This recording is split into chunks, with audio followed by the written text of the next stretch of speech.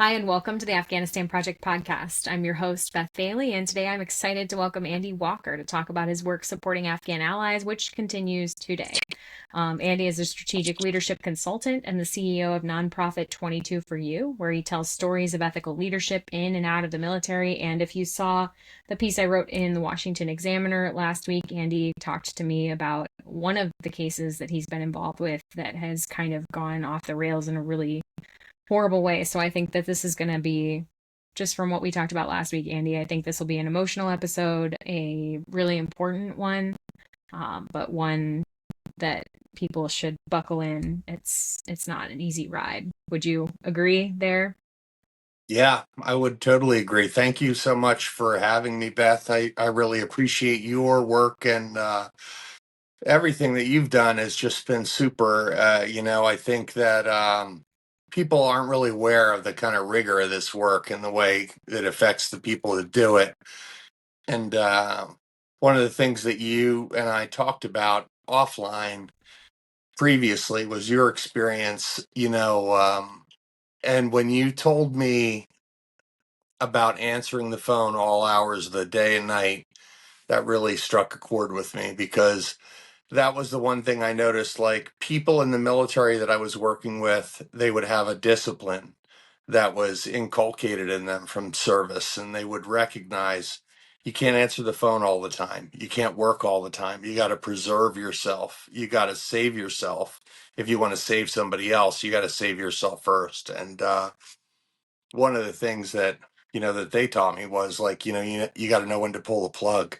You got to know when to hang up the phone, stop checking your email. And when you said to me, I answered every call. My phone would ring at 3 in the morning, I'd answer the phone. 4 in the morning, I'd answer the phone. And I related to that so much because you get to know these people. As you get to know these people, you get to know their friends. And as you succeed at little task, people will attach themselves to you because they're desperate. They're desperate for salvation for their family and safety. So the minute you're at all successful with anything, or you have a successful article or anything, it attracts people like a magnet to you, and it can be incredibly draining emotionally because you want to help all these people. You want to be humanitarian and you want to be all the things that you think you are.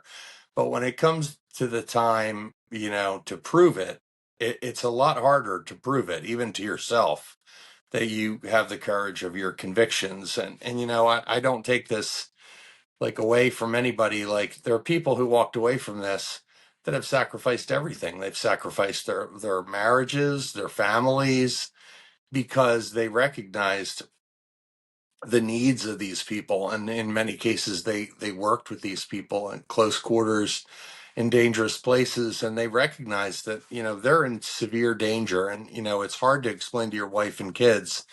you know I know I'm overextending myself emotionally, physically, spiritually, in every way, and I'm in tatters for it, but I recognize that if I don't do it, no one else is here to do it for me. No one else will pick up the mantle for this guy.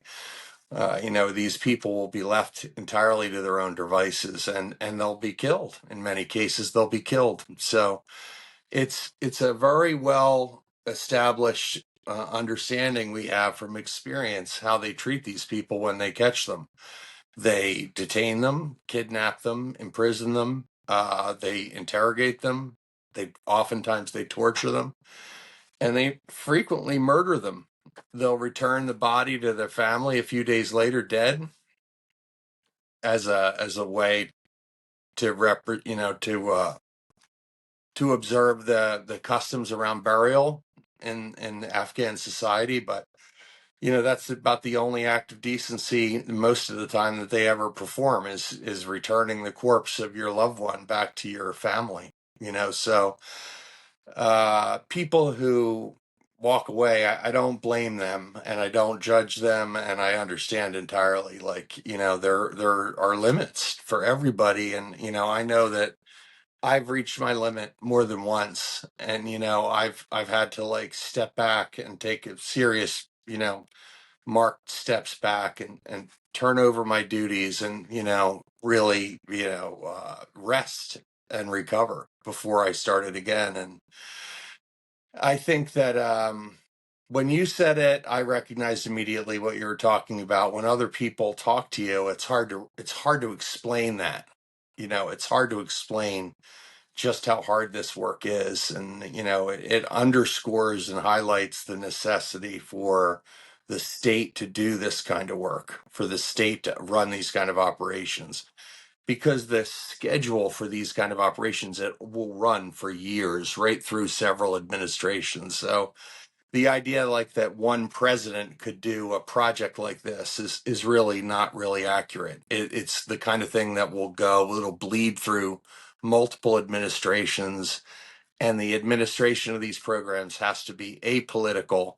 And, you and I talked a little bit about our personal, feelings, but, in this work, we operate in an apolitical environment with people that frequently may not necessarily agree in a lot of other areas of their lives. But here, we all work together at the same task and purpose.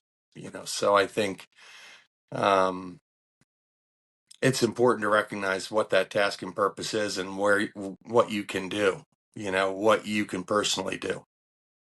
And for me, I was a writer. I could write. I could editorialize. I could interview people. I'm a good connector. I've worked for, you know, my whole career. I worked for Fortune 500 corporations, connecting executives to one another and completing projects.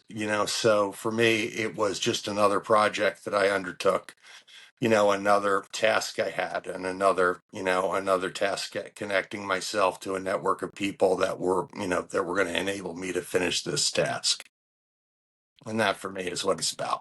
Yeah, absolutely. I feel you there. I have been a connector and a loudspeaker is how I've kind of described myself. And I will say, I have not gotten 3 a.m. calls. I was very much like I answered 3 a.m. texts all the time. I would be, oh, I'm awake. Okay, what's going on LinkedIn? Oh gosh, there are 50 messages here, and I'd start, what can I do? How can I help? It was never calls though. I just want to make that clear for anybody who thinks that because there have been people who have called me and I didn't answer, and that was a hard boundary I set, because as a mom, it's like that became like, no, that is my space. And that was the one time that I was good at, creating a boundary in my space. Other than that though, it leaked into everything. And Yeah. there was one volunteer in particular who Paul Alcobe straight up told me, I was interviewing him for the podcast, and he's like, you have to step back. And I could tell he wasn't just saying,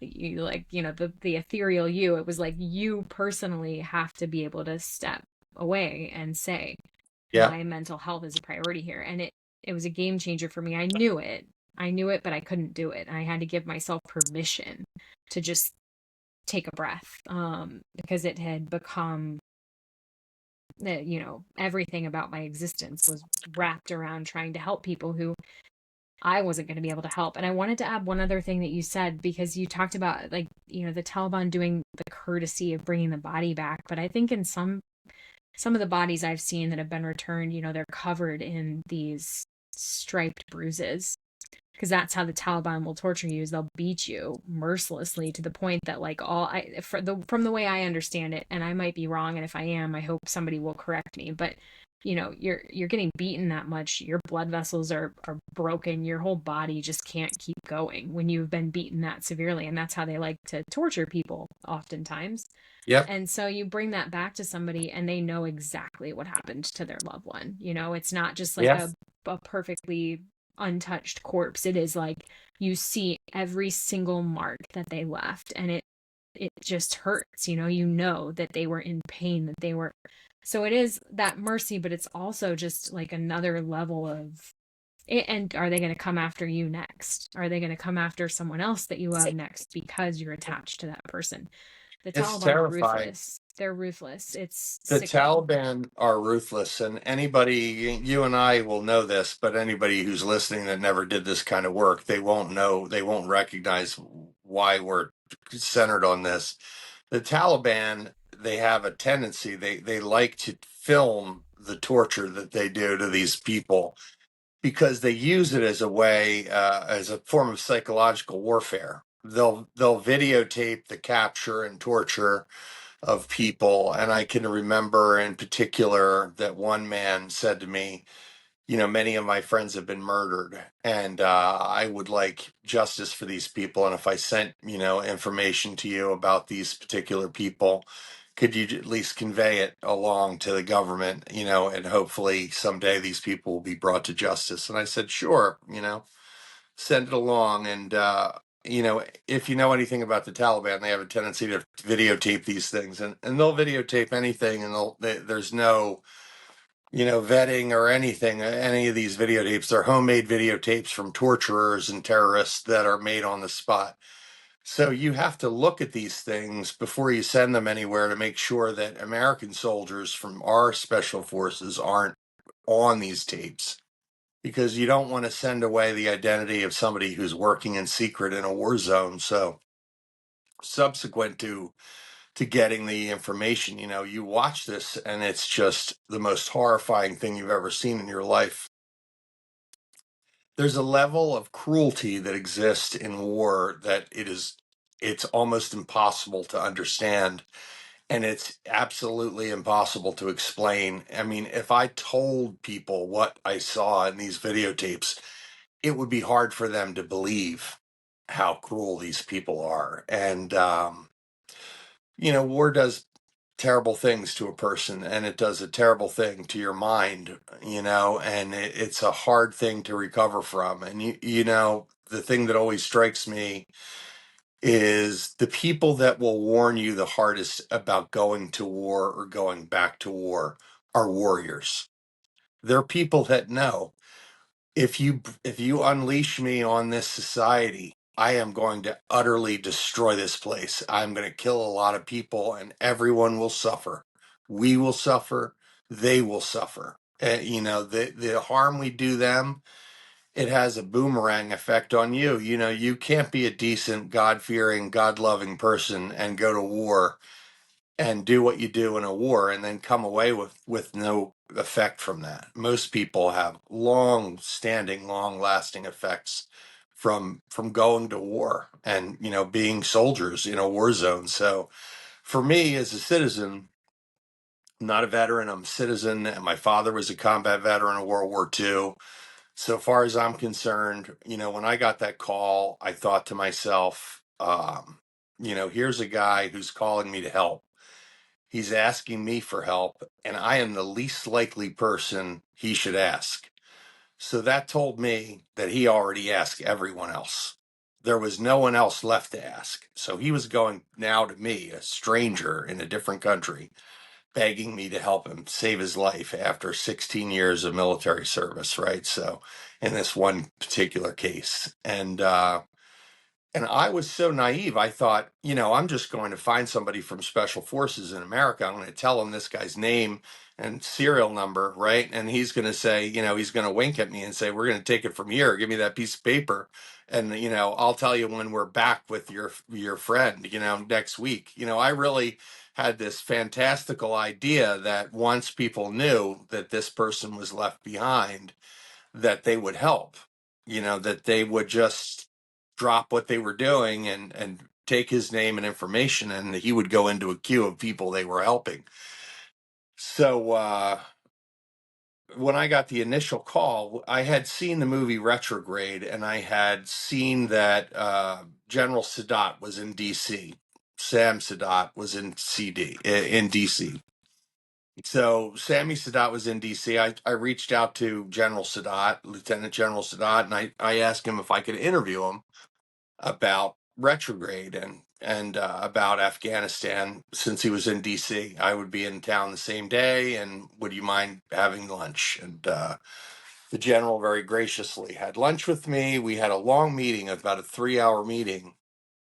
And for me, I thought I was going to be talking about the end of the war and the end of combat operations and this film that he had made. And, much to my surprise, he was talking about going back to Afghanistan and fundraising and all this stuff. And I was there, one of the purposes for our meeting for me was to tell him like, hey, I need to help this guy and I don't know how to do it. And, he's a guy that fought for your army for many, many years, like, can you help me? And it was surprising to me because as I went through people to try to get help, I found that a lot of people do a lot of different things in these kind of actions after wars. And just because somebody's a supporter of your work doesn't necessarily mean they're going to support your work. Just because somebody's doing things that are running in a parallel track with you in terms of your efforts doesn't necessarily mean they're going to dedicate even a minute of their time to help you with your effort, even though it mirrors in some ways their efforts. So that was frustrating for me, like calling people or reaching out to people and getting no response. And I thought, well, the only way to get a response from somebody who won't reply is to meet them in person. So at a certain point, I decided I got invited to an OSINT meeting because of some of the writing I did to support Ukraine during the Ukraine war. I did a number of pieces about Ukraine, and I'd met a lot of people in that war fighting effort. And a guy said, there's an OSINT meeting in DC. And since you're an OSINT practitioner and, a friend of ours, maybe you'd want to go. I can get you an invitation. So I said, yeah, I'd love that. Because I knew the people running the meeting were running the meeting that had been associated with the testimony in DC. So I thought if I go to this meeting, I'll be able to meet the people that haven't replied. They're too busy to reply to me. I'll be able to meet them in person and ask them in person.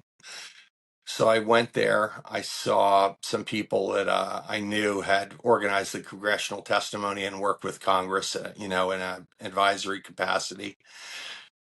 So I tried to kind of flag them down before the meeting. And because they didn't know me, they were like, they didn't want anything to do with me. They didn't even want to say hello to me, really, because they didn't know me. And they knew they didn't know me. And, I am at this meeting and they're trying to, make arrangements to have all these things go smoothly.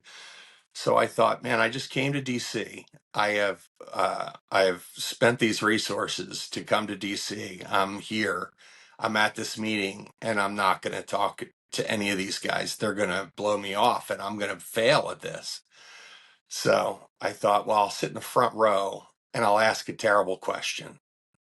And at a meeting like this, whoever is running this meeting is going to find me at lunchtime and try to figure out why I'm here because they don't want me to ask another, ill-placed or ill-timed question after the lunch session, right? So I asked kind of a general question and I let that ride. I didn't introduce myself.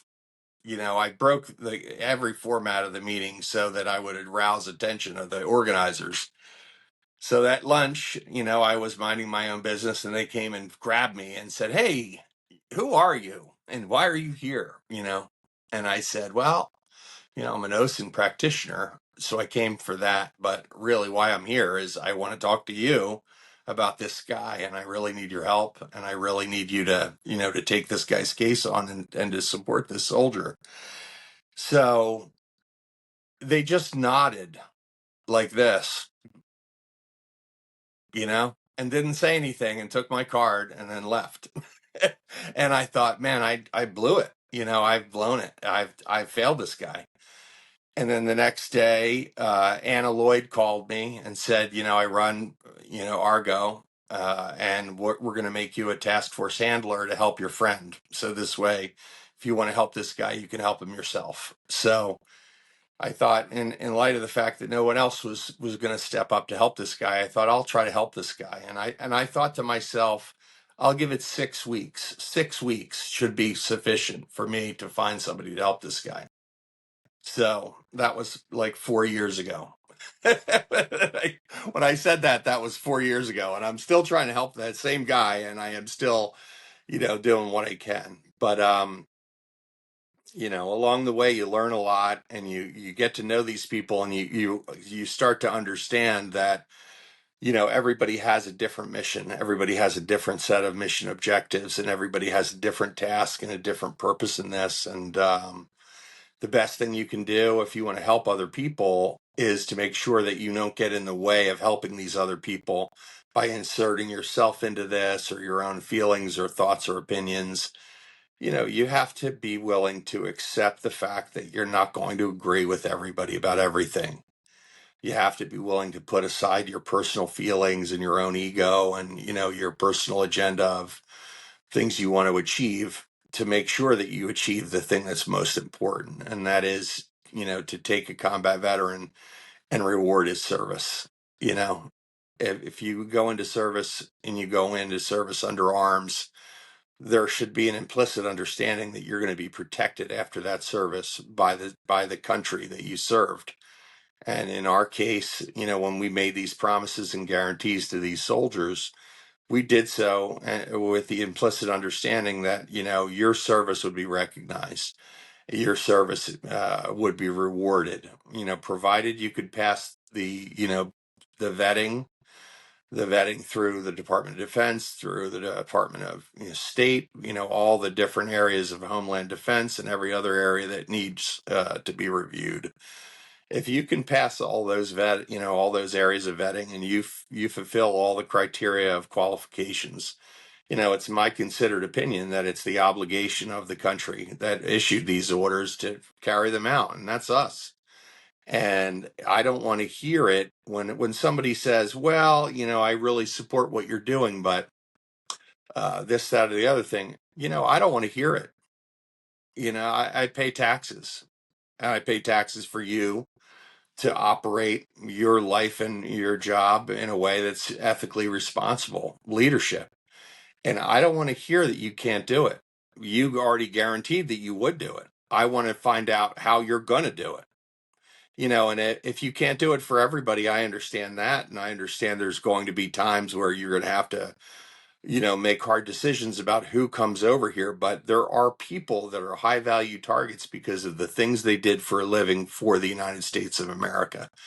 They did hard fighting for us. They did reconnaissance for us. They did missions that put their own lives and their families' lives at great risk. And I intend to have that, that kind of service rewarded. We seem to be reevaluating the idea of P1s even existing for a variety of reasons that I find very thin. I don't accept that either.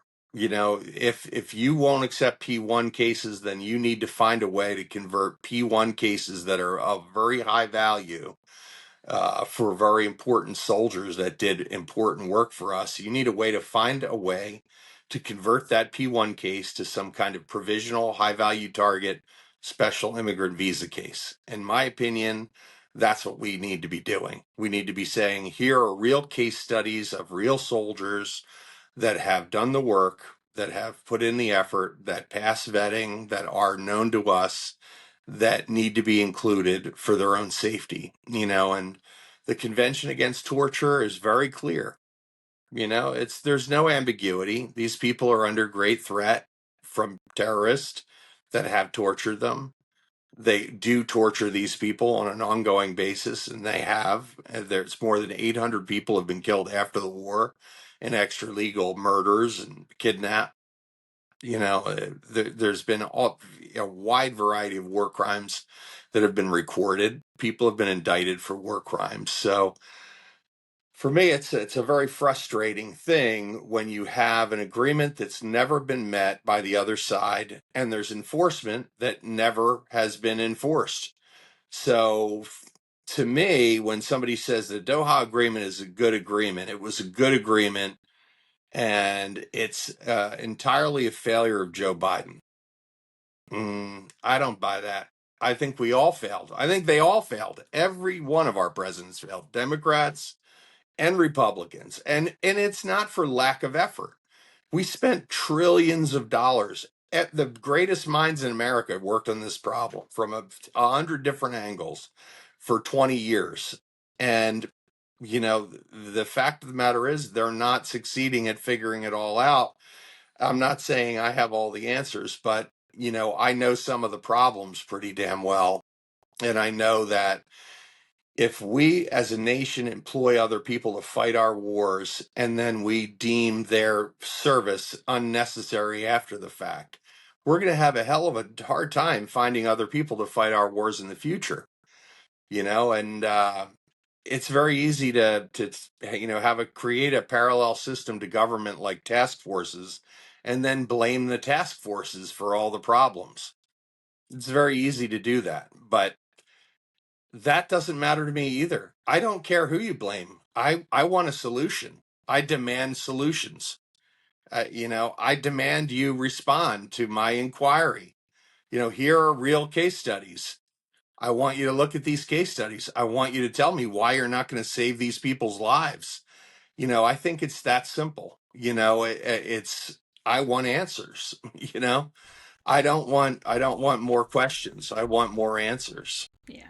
I think that a lot of us feel the same way. And, if you did that, though, if you converted things to SIV, that's already a problem because we're lacking SIVs. We've got more COM approvals by a long shot than we do remaining SIVs. And, what there's just there is no good answer for Afghans right now. But we No, have to ask the questions. Well, I'd love to go back to, what happened after you started working for Argo during that initial period. What was like the first big roadblock that you hit with this individual trying to help him? the first thing, it's like any other government enterprise, really. Even though it's a kind of civilian run, it was run by a former Marine, Argo.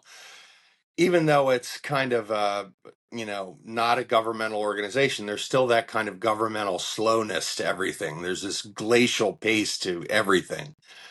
So at first I thought, well, I got to be patient and find out where I fit in here. And then it was like, how do I get trained to do this work? And then there was a vetting process for me. But before anything even really started, they were like, oh, and by the way, you can't help any P1 cases at all. Where they're only doing SIV cases. So, like, basically, they were like, basically, what you need to do is call this guy and tell him you can't help him. And they weren't saying it in a way like in a callous way or in a way that was like, we don't care. They were saying, hey, we care a lot and we would like to help, but we can't help. There's nothing we can do to help. So I stuck it out at Argo for about 7 months, and I felt like, man, this is just pointless to be here because no one in government is doing anything to do anything for any of these guys that are high value targets that are getting murdered under the P1 program. They're trying to do this in sequential order with SIVs first, and I recognize why that was important. The SIV cases covered the interpreters, and the interpreters were the first kind of link recognized by the Taliban that if you don't have an interpreter, you're lost. You're entirely lost. If you don't speak Dari or Pashto and you're in Afghanistan, you have no cultural interpreter. You are absolutely a fish out of water. You don't know anything that's happening as a combatant commander on the ground. If you don't speak the language or know the culture, you're doomed, right? So I understand why they prioritize SIVs. I mean, it's good reason to prioritize these people. But for me, I felt like, hey, if you're not going to prioritize the saber companies, the guys that were doing the assaults, special forces, the tactical units, people that were stood up to do the fighting, they're all going to be murdered. We're going to lose all of these people. They're all, if it was me, I'm not a soldier, but you don't have to be a genius to figure out, hey, who is best at killing me? Who is best at killing me? Who is best at hunting me down? Who is best at hemming me in, giving me problems? And that would be the all the tactical forces, the specially trained commandos, the special forces designated, commandos. These guys were, in some cases, we sent them to Ranger School in America. In some cases, we sent them to England to go to, special forces training, or India to go to special forces training. These are professional soldiers, right? So if I was the Taliban, I would do exactly what they're doing. I would try to find as many of these guys as I possibly could and either jail or torture or kill these people, because full well that when the war was happening, the people that gave you the most trouble were these special forces, well trained professional soldiers. So It makes me angry when people say Afghans didn't fight. There was 70,000 Afghans. The army was estimated to be 80,000 men. 70,000 men were killed in Afghanistan, men and women. 45,000 civilians were killed in Afghanistan. Like, I cannot emphasize this enough to people. They will see a frontline special or something like that about some provincial police force in some faraway, province that looks like the Keystone Police, and they look like the Keystone Cops and the gang who can't shoot straight. And by extension, some Americans assume that the entire Afghan army were these undisciplined, unkempt, people in ill-fitting uniforms, kind of bouncing their way through life, taking our money, laughing all the way to the bank, and it makes me furious when people say these things. As we withdrew, people don't understand that some of the things we withdraw first are some of the best warfighting capabilities we have so that they don't fall into the hands of the enemy. So subsequent to our evacuating our warfighting apparatus, they don't have our warfighting apparatus to fight that war with anymore. So it went from them being able to be a legitimate fighting force with, communications, with battlefield surveillance, with sophisticated weapons and targeting, communications and surveillance, to nothing. They still fought, they still fought back. One of the things that I saw, one of the videos that I saw that really broke my heart was about 20 holdout commando fighters fighting on on the frontier, and they fought until they had no more provisions to fight with. And as they surrendered, they were assured by the Taliban that they would be, afforded the protections of the Geneva Convention, and, in their surrender, they would be allowed to surrender and they would be taken into custody. And as they walked them to the open truck that they told them they were going to be loaded in, they murdered them all by shooting them all in the back, executed 20 men at one time. So when people say the Afghans deserve what they got because they didn't fight, I remind them that the Afghan army lost 70,000 people and kept fighting until the end. I can remember one time my wife saying to me, like, look, you're not working because you're doing this volunteer work. We're spending our own money. Like, don't send any more money to Afghanistan. Under any circumstances, do not send any more money to Afghanistan. Do not do. I said, I absolutely, Scouts honor. I will never.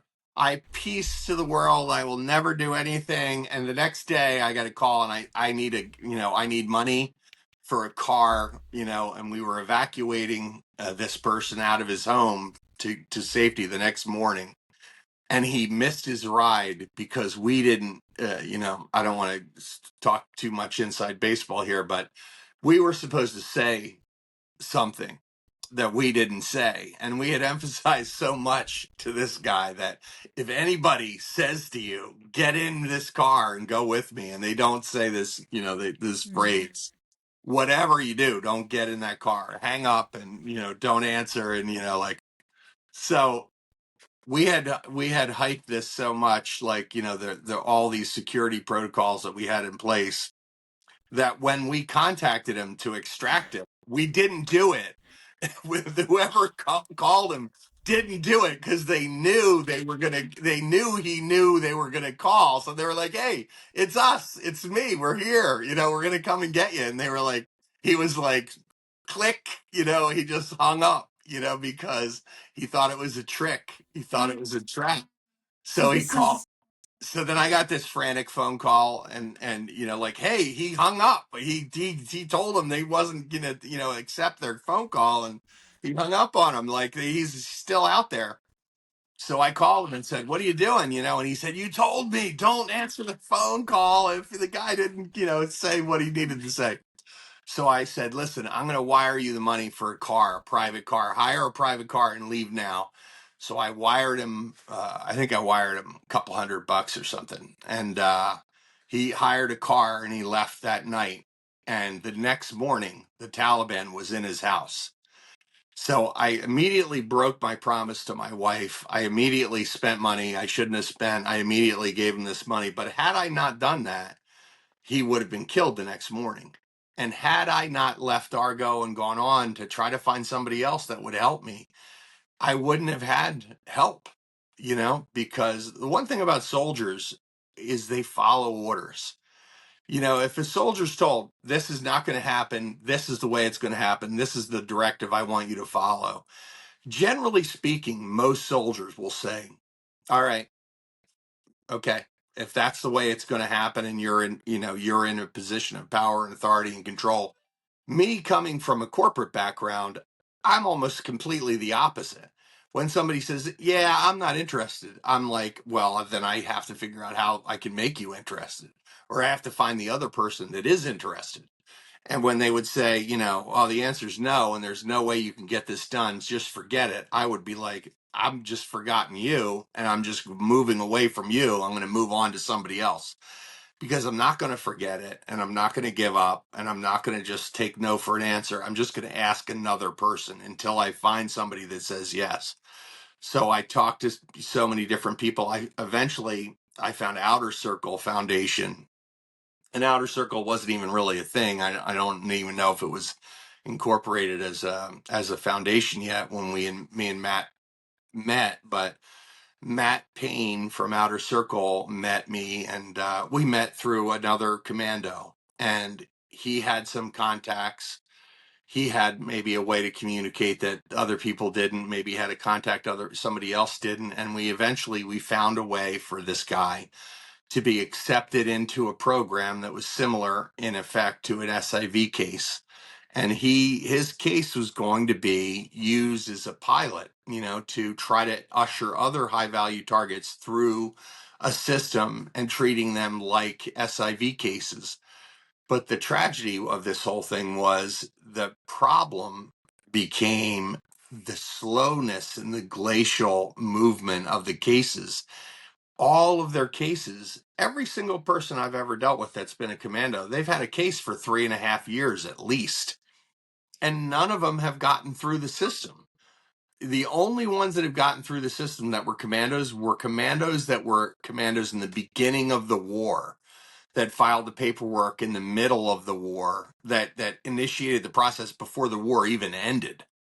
They're some of the only cases I know of soldiers or commandos that actually processed, ones that started the process really early on. And most of them did extraordinary things to get processed, whether it was using some other consulate or some other methodology. But most of those people took extraordinary measures to get saved. So for me, it was a very bittersweet moment when we had finally helped him. We'd finally got him to safety, and then he couldn't travel because he didn't have documents. He didn't have money for documents. He had to sell like basically everything he had in the world in order to pay exorbitant fees to the Taliban, because they made you pay, these blackmail prices for documents. And if you didn't pay these prices, you didn't get real documents. You might get handed a passport, but the passport didn't have biometric security. So if you tried to pass that passport off as a document to travel, you would be captured at the border. And I'm sure a lot of people paid for documents, thought they were safe, used that document to try to exit the country in a bid to escape to safety, and then they were captured at the border because the documents weren't real. So there are so many little pitfalls that you can fall into throughout this process that can completely stop the process. And in his case, we got him to safety inside the country. And it was intended to just be a lily pad to just land in just for a short period of time and move on from. But it took 1.5 years to get his documents. 1.5 years of waiting to get his documents. This is 3.5 years into this process. So by the time he finally got out and he finally got interviewed, the program ended.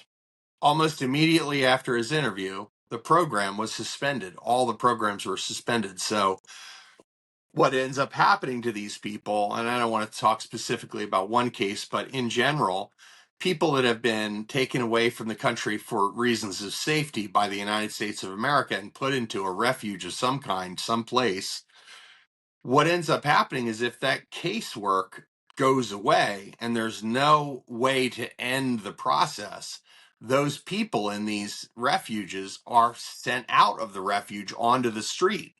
So now, in effect, we've taken a population of people that were unsafe. Now we've identified them all with biometric identity markers that are absolutely ironclad, that can be used with facial recognition and other technology to find you. Now all these people that we have sent through this process, that we demanded to get these very sophisticated biometric security passports, now we've put those people at greater risk. And I think I want people to understand this. Not only did I hurt this guy, I hurt this guy's whole family. I put them at greater risk than they were before, because before, his family wasn't in the system. They wouldn't have had biometric security markers in the system. They wouldn't have come up on facial recognition software if they were walking through town where there was a camera that recognize you with facial recognition. You know what? In effect, what I did, not only did I hurt that guy's family, I put that guy's family at a much greater risk. I will never forgive myself, ever, for what I did to this guy's family. I will never forgive myself, because what I did hurt him more than he was hurt. What I did put him at greater risk than he ever had been before.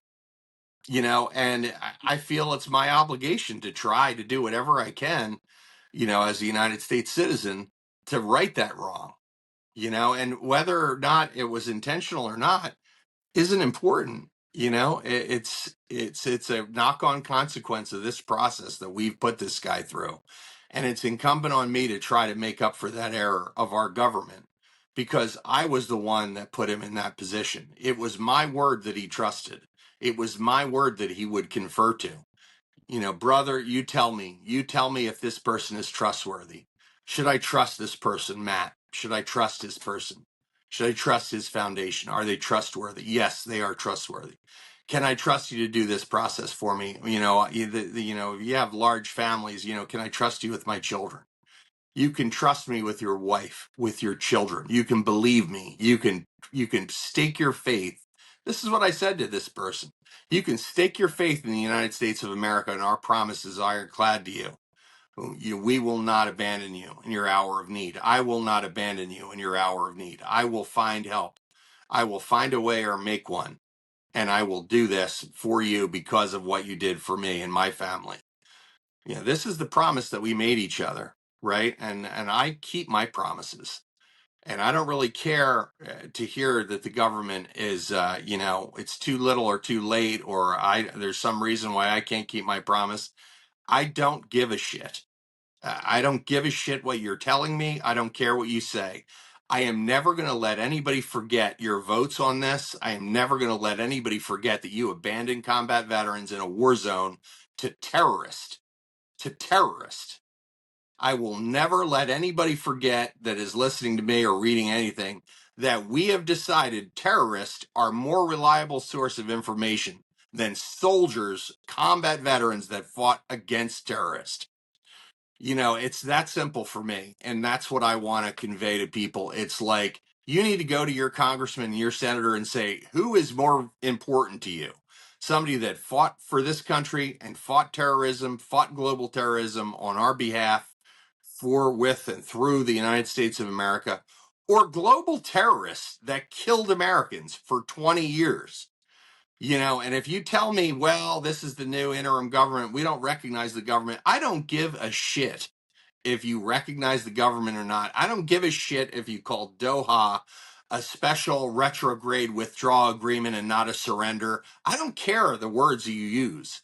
I am telling you, you're going to find a way to keep your word, or you're going to have me ring in your ear for the rest of your life. I won't stop telling this story, and I want people to know that there's people that paid with their lives to protect this country from very dangerous terrorists.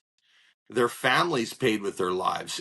There's commandos whose whole families were murdered babies in a crib murdered because their families could, because their commando father couldn't be located by the Taliban. There's commandos whose house was blown up, so they wouldn't have a house to go to try to find refuge in because they couldn't be found and brought to justice, quote unquote, by the Taliban. So the price these people have paid during the war is high, and the price they paid after the war is high. And our mandate, is the same as it's been since the beginning. Is to protect, soldiers that are combat veterans from the enemy. It's that simple. But and so I guess we've not said what happened after all of this. So obviously the US RAP stopped processing.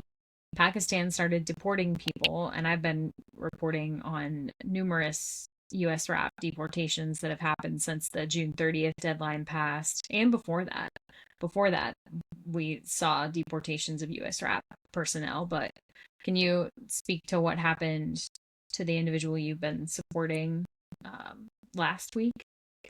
2 weeks ago by the time that this comes out, probably. Yeah.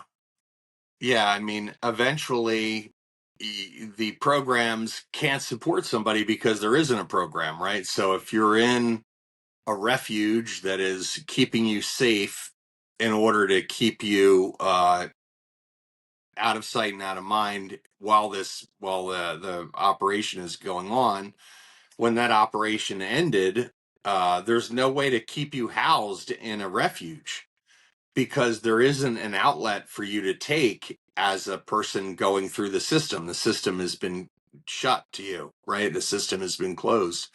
So um, the refuge he was in notified me that we're going to have to put your friend out of the refuge because now his presence in the refuge creates a security risk for the other people who are maybe SIV cases in the refuge. Those people, they have an avenue to outlet out of this refuge, so we can say to the authorities, hey, we're sheltering this person, they're involved in a process, and the process ends with them leaving here and going to somewhere else. That's an argument that Pakistan would accept, other countries will accept. But when the program ended, they said we have to put him out, and we talked to them and we got them to agree to give us a little more time. They gave us extra time, but there's at a certain point, you need to be able to finance your life, and you need to be able to pay for things. And when these programs end, all of the levels of support that you had, just your basic needs, food and water and shelter, are taken away. So what happened to him was he was in Pakistan in his particular case. And the police came to his door and said, you have 60 minutes to vacate this residence. And if you're not here in 1 hour, uh, you won't be arrested. But if you are here in 1 hour, you'll be arrested, detained, and deported directly to the Taliban through detention. So you'll go from our detention to their detention. So he had an opportunity to self-deport. So he took the opportunity to leave and self-deport. So, in this particular instance, in this case, and I try not to be specific about cases, but in this instance, I have to be kind of specific about this case. Somebody that we had spent years protecting as a country, 3.5 years protecting because of his long-standing service and his sacrifice. In the end of the process, he was put out of the process, and put out on the street without money, without resources, with nothing in a foreign country. So, we have, in effect, made this guy homeless, jobless, penniless, and now we've put him out on the street in another country where he does not have a visa or any permission to live or work. So we have created a situation where a person is imperiled because of international terrorists that are threatening him. we have included him in a level of security that's very high to include him in our processes. We have forced his family into getting, passports with biometric security. We have created, in effect, all the things needed to capture him again. For me, it's even more of a mandate to complete the process. Sure. Well, I'd love to talk before we close out uh, about how this has been for you, because this has been a really difficult journey for you through all these ups and downs, supporting this individual. And yeah, I completely understand how it goes, having attempted to help numerous people and never been able to see success happen. And so what has it been like? What have been the hardest parts for you?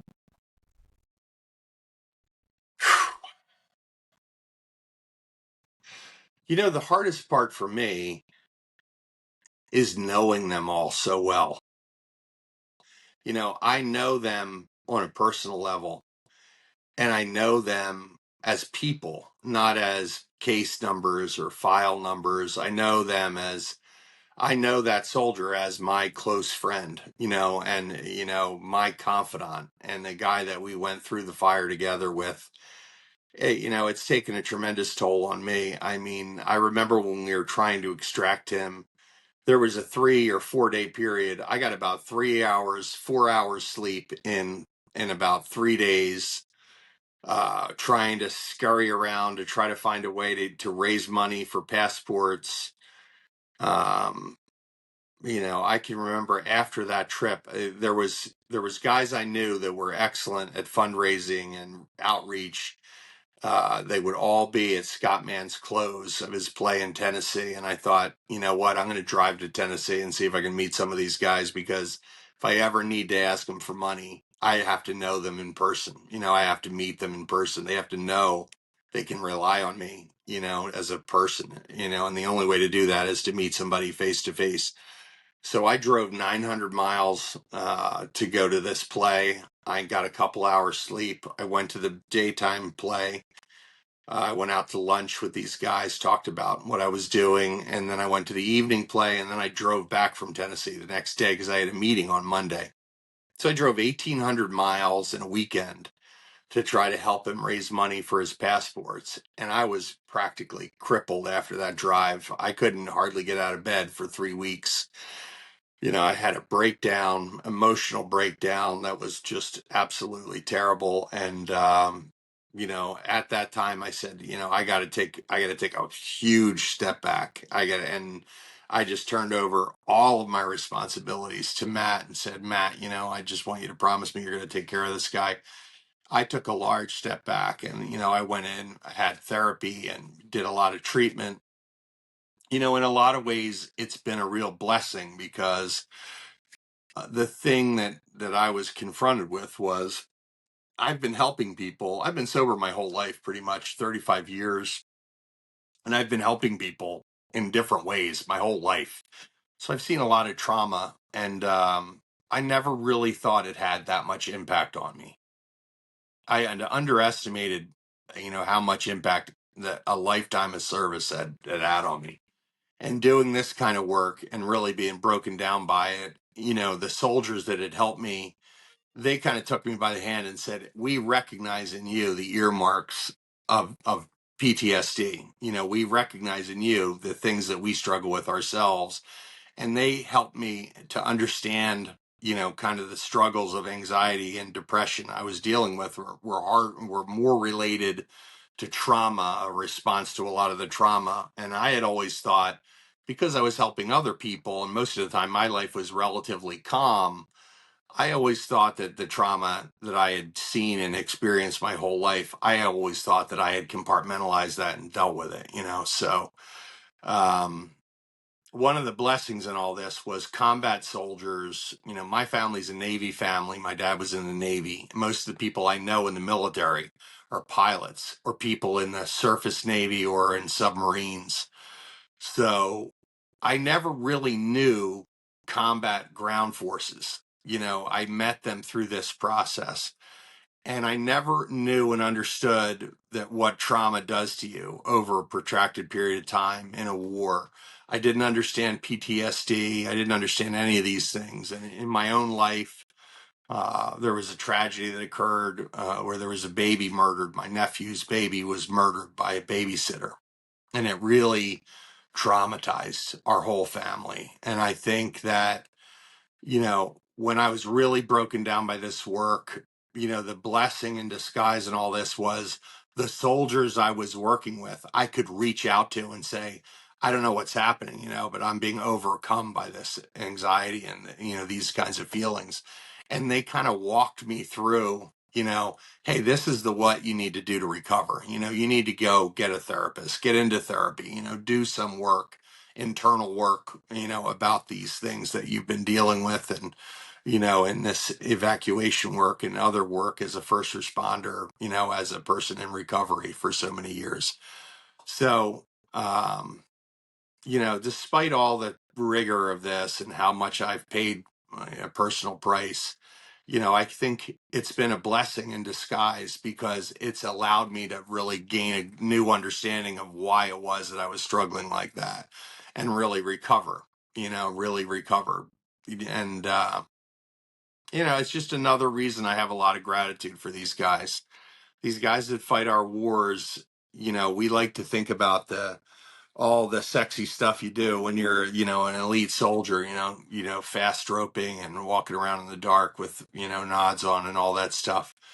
But I think of the practical side of these guys are like husbands and fathers and family men and people in our society that are taking their lives in their hands, for the defense of this country. And as a citizen, I owe it to them to honor that service. And if the government fails to meet that requirement of honoring that service, then I'm looking to the free press. And if the free press fails, then I will say something. And if no one else will do anything to help this soldier, and everyone else has said, I'm too busy, I thought to myself, what would happen if my father had been stuck behind enemy lines and had to make a Hail Mary call to someone and said, I'm a soldier and I've done my best to serve my country and I'm going to be killed if you don't help me. That was what was put to me. I'm going to be killed if you don't help me. No one is helping me. If you don't help me, I'm going to die here. You know, I thought, well, then I'll help. I will help you. And that's where I'm at today. If no one else will help, and I know it's the right thing to do, and I know it has to be done, then, that it falls to me.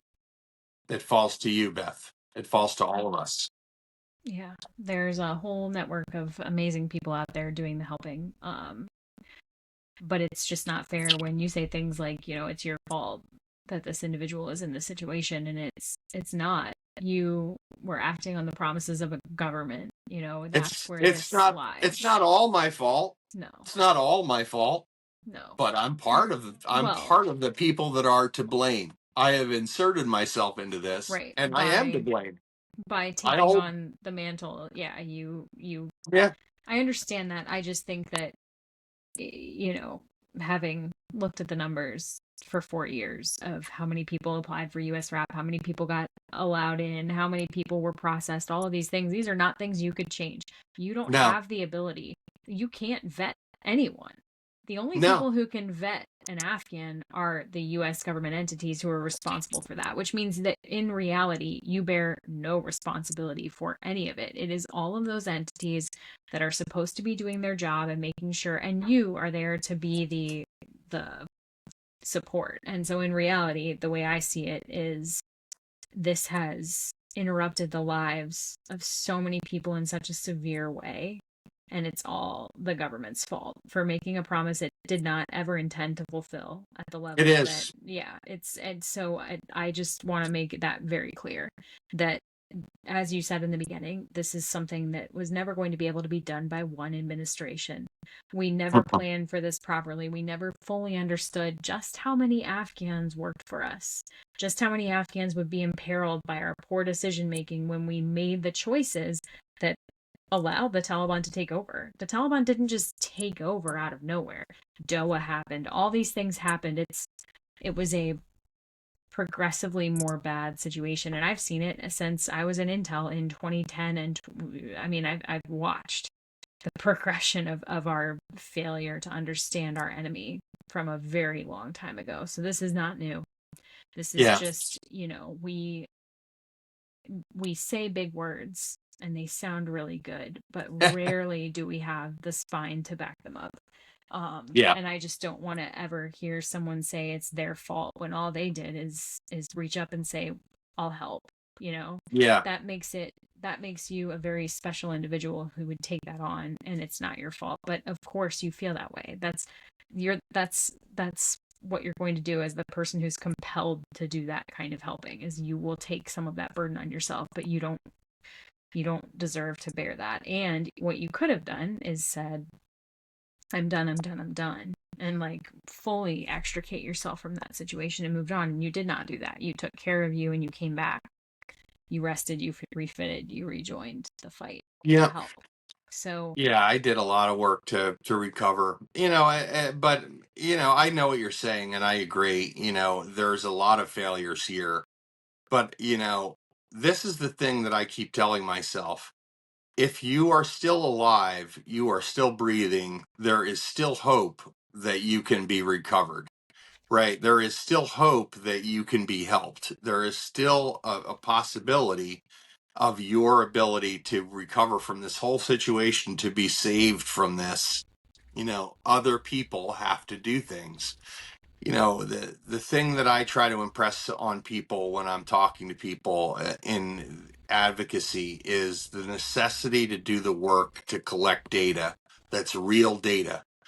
To not speak in generalities, to not speak in, because what ends up happening is you say, all of these things occurred and it makes me feel this certain way, and it's unjust, and there's all these kind of sparkling generalities that are thrown out, and they sound good. They're big words, and we create all this language around these things. We're not going to surrender after 20 years of fighting.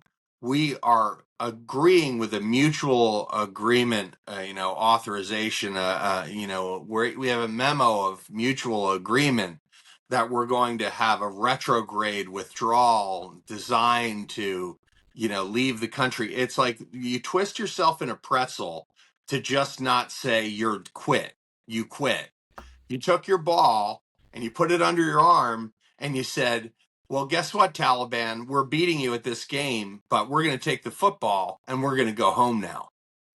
And now we're going to pretend we didn't quit. We're going to pretend we didn't surrender. We're going to pretend that it was a special agreement because of all these different parts of the agreement.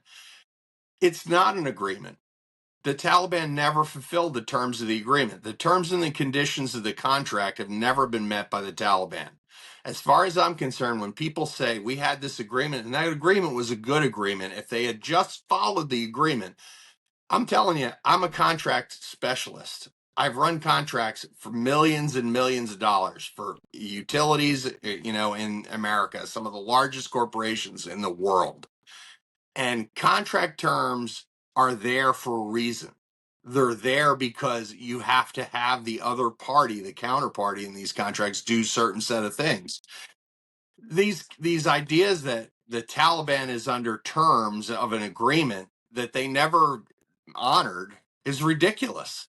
And the idea that we're going to go into a new agreement with them in order to protect the lives and welfare of soldiers that fought 20 years for us in a war on terror is ridiculous, because we didn't even hold them to the agreement that let us leave the country. They killed us as we were leaving the country. And we talk about the people that were killed at Abbey Gate, which is a tragedy.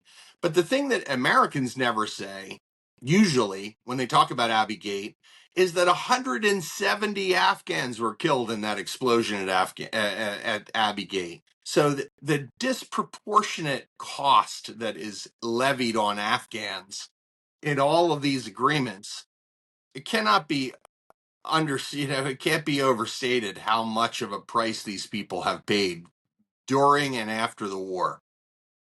We have an obligation to do better. I'm not saying, we may have overstepped. We may have said we're going to do more than we can do.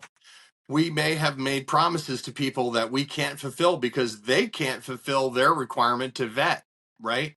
So I'm not a Pollyanna. I don't look at this like some kind of, liberal Pollyanna that thinks that, I can just wave a wand of humanity over the government and make them all do what I want. But at the same time, I'm a contract specialist and a professional that worked my entire career for Fortune 500 companies running contracts with huge corporations. And I'm telling you, this isn't a contract. This is not a contract. Doha is not an agreement. It's not a contract because they never agreed. They said they agreed, they signed off on it, they countersigned that document, but they never fulfilled their terms. And my question to government is a very simple question.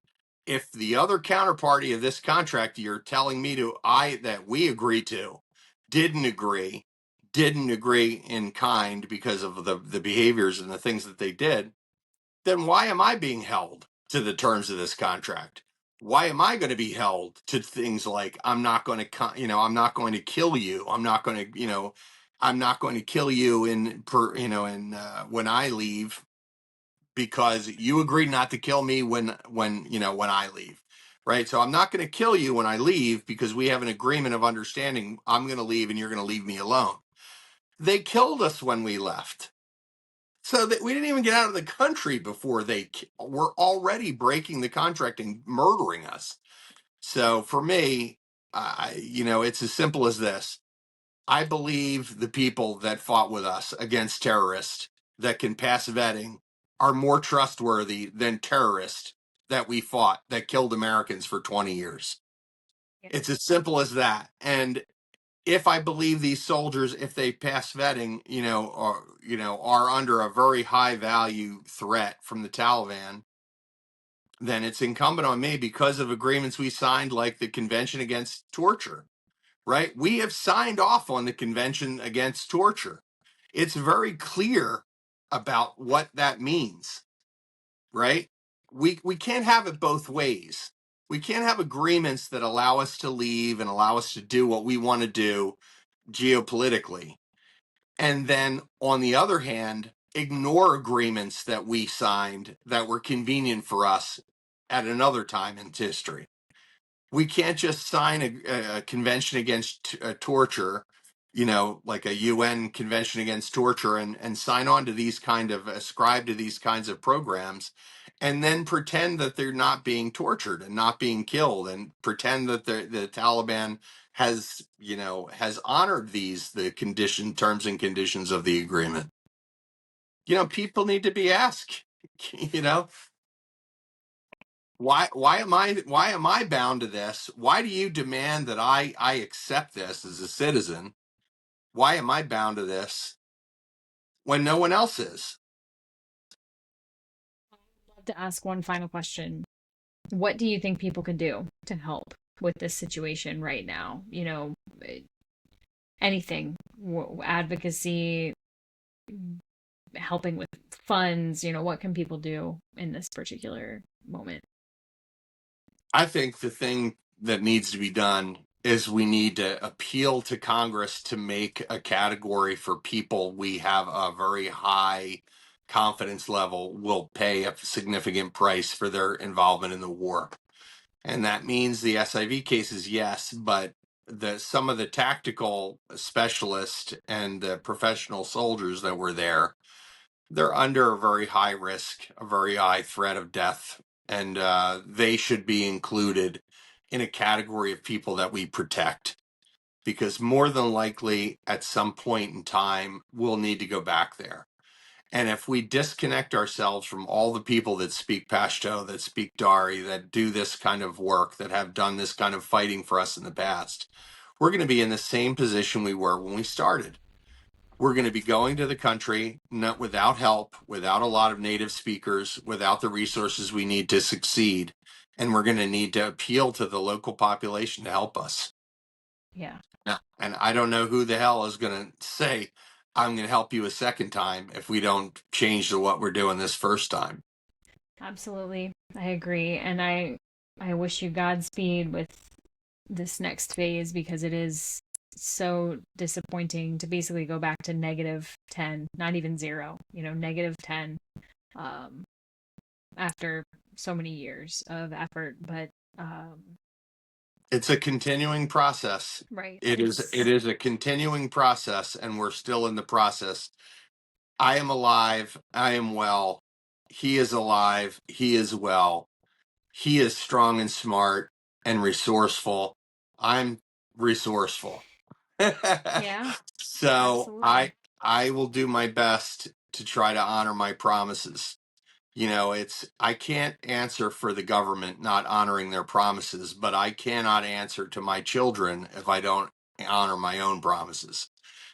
I remember at the height of really being broken down by this, I was in such a physical and emotional, mental, just wrecked state. I can remember driving with my sons who were in college and to comfort them, I said, I want you to know I would never do anything to harm myself. That's what I was telling my sons as a way to comfort them. That's how terrible I looked. They were like, I'm afraid to leave you alone because you are such a wreck, to comfort them. It's like your father's not going to kill himself when you go to school today, like that's how much, that you put into this kind of work. I mean, I know people that have been divorced through this work. I know people that have lost everything, because you're hanging on to someone's hand and you're pulling them through the gates of hell. And if you let go of their hand, they're going to fall back into hell, right? And you know it and they know it. Nothing in the world is going to make those people let go of your hand. And your family on the other side of the equation is saying you have to let go of these people or they're going to drag you in. You're not going to pull them out. And to walk away from this is, an old friend of mine saw me. We smoked a cigar together, and he said to me, um, why don't you just walk away from this? And I said, let me tell you something. You know my children, right? I said, what if you walking away from me right now meant my children, my female children, they would be married to terrorists. All my male adult sons would be murdered, and I'll be murdered.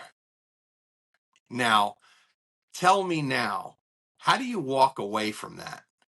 When if you walk away, there's a chance that you're not helping me will be the thing that lets me fall into someone's hands that murders me and my family. Like that's what people don't understand. That this is the kind of calculation you have to make in your mind. Am I willing to walk away, from a person that could be killed in my absence? And his little daughter that I know so well, am I willing to let her marry a terrorist from the Taliban?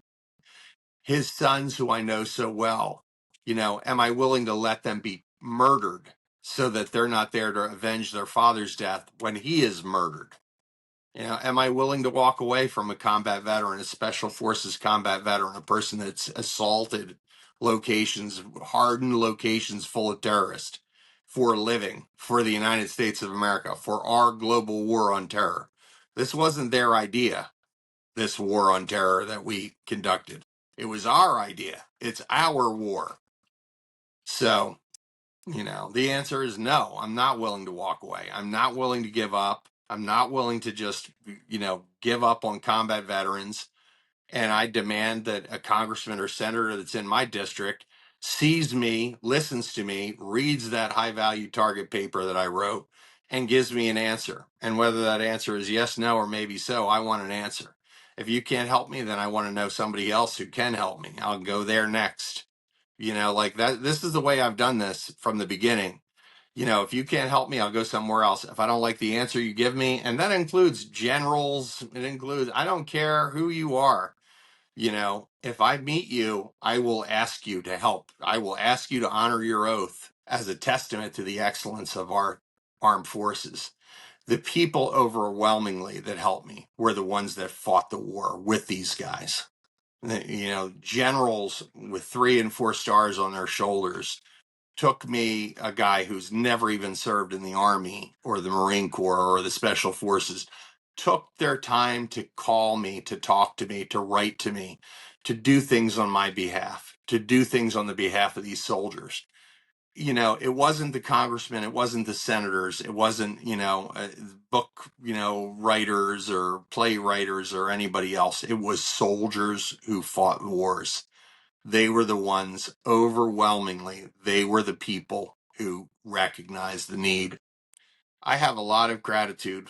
I have a lot of gratitude for our country and for the people that fought for this country. And I'm not willing to make any compromises on what I do or what I ask of the country in terms of the civilian leadership on their behalf.